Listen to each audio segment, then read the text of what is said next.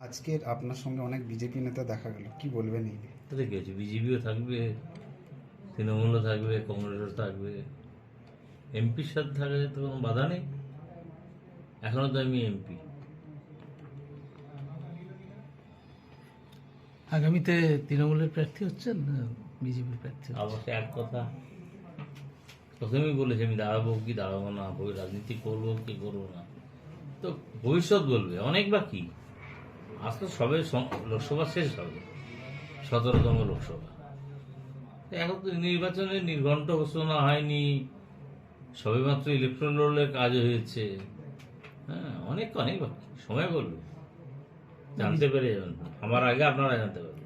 বিজেপির নেতৃত্ব তো আপনার সঙ্গে থাকলেও তো তৃণমূলের কাউকে ইনি দেখা গেল বিজেপি না। নেতৃত্ব, পঞ্চায়েত সমিতির সভাপতি, he is holding the official chair.